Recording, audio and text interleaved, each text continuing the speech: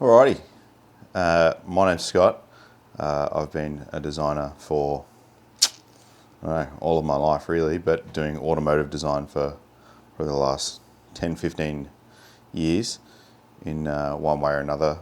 It all started off sort of 3D printing stuff for my cars, and then since then it's sort of branched out into working for various different companies and designing all sorts of cool stuff. The reason I am making this video is because it's finally time to design stuff for myself.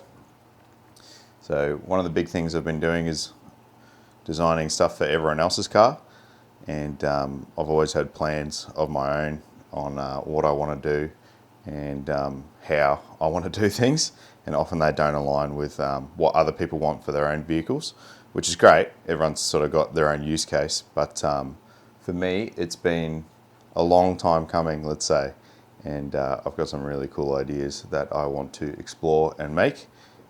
So phase one, or step one I should say, is buying a car. Now, I have decided what car I'm going to buy. I've been out looking at them and I think I've found the right one.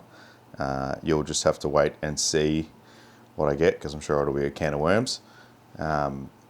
But the first design phase that we're going to go through is going to be the internal fit out. Most of the cars I've looked at already have bar work on them. Now, I do want to redo that at some point, but I mean, just having some bar work's a bonus. Obviously, I can sell it and use that to fund designing my own stuff, which is really good. But yeah, the internal fit out, let's talk about that. So the internal fit out for me is something that's still multi-purpose. Obviously, I need to use this car for work still, and I don't want it to be just a fully set up super tourer. So I'd quite like it to be versatile. I'm thinking some sort of base level platform, so it'll go just above the wheel arches, which is probably a 250, 275 mil draw. One side will obviously be a sliding top with tie down points so that I can stick a fridge there. I'm pretty sure I've decided on the fridge that I'm going to go with, which is going to be the EvaCool 50 litre, because I have ideas for a lift up window that uses the factory windows. So it'll be base level fit out like that, and then up above that there'll be a shelf, and it'll be one that pivots down a bit so I can get stuff in and out. My idea with this shelf is actually to have it line up with a roof console I'm going to do in the front, and what that will do for me is allow me to store my fishing rods. The worst part about going fishing for me is, one, I don't have a boat. Got to borrow someone else's boat. That's never good. So get a boat. No, get a shelf and a roof console that line up. So the tips of the rod, where they go towards the front, they're able to be captured by the roof console. I think that is going to be awesome for keeping them out of where you're shifting gears and out of the center, and obviously a lot more usable space when they're up and out of the way. I've got a couple ideas on center consoles and just little things around the car as well. One of them's obviously, like I mentioned before, the lift up windows. I like glass and I like visibility when I'm forward driving. For me, it's all about going to see places, going to see the nature, going to be a part of nature in those different places. So I want to be able to see it. I know everyone blacks out the back of their cars to keep the heat off of their fridges and, you know, just gear in general, but I don't want to do that. I just want to be able to see everything. So this fit out is going to be all about visibility and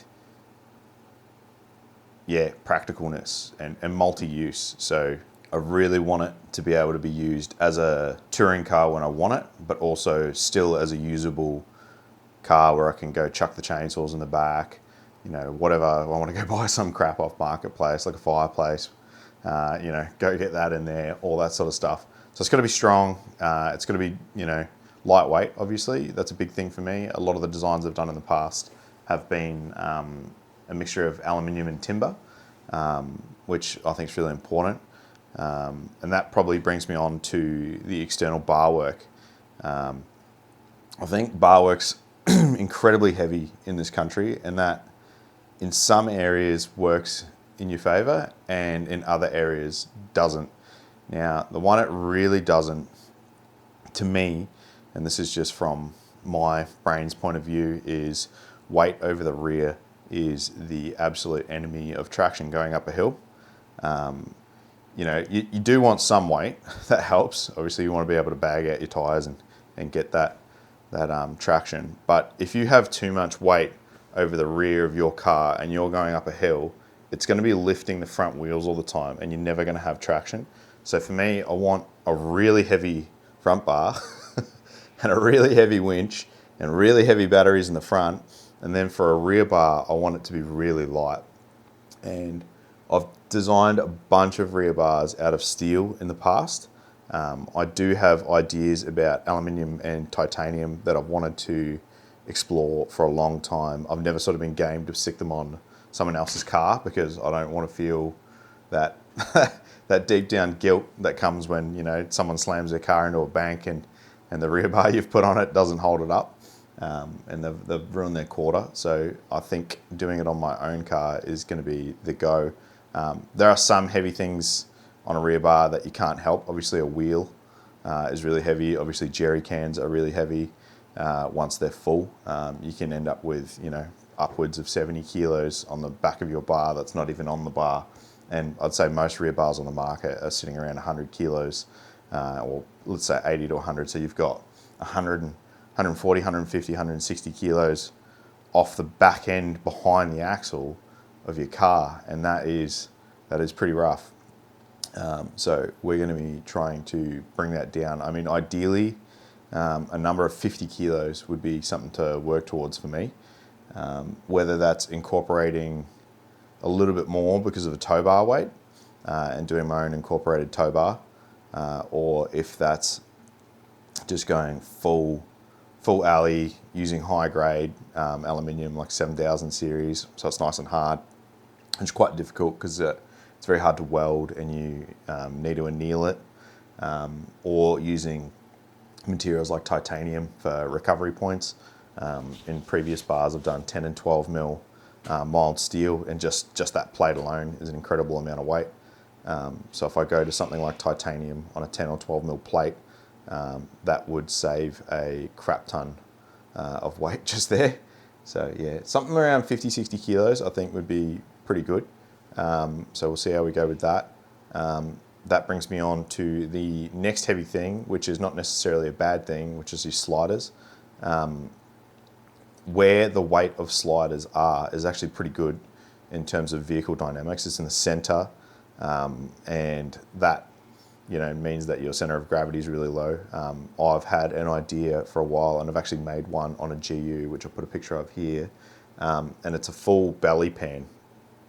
And so what I want is basically an aluminium outer skin, a steel frame, and then water tanks or fuel tanks on the inside of that.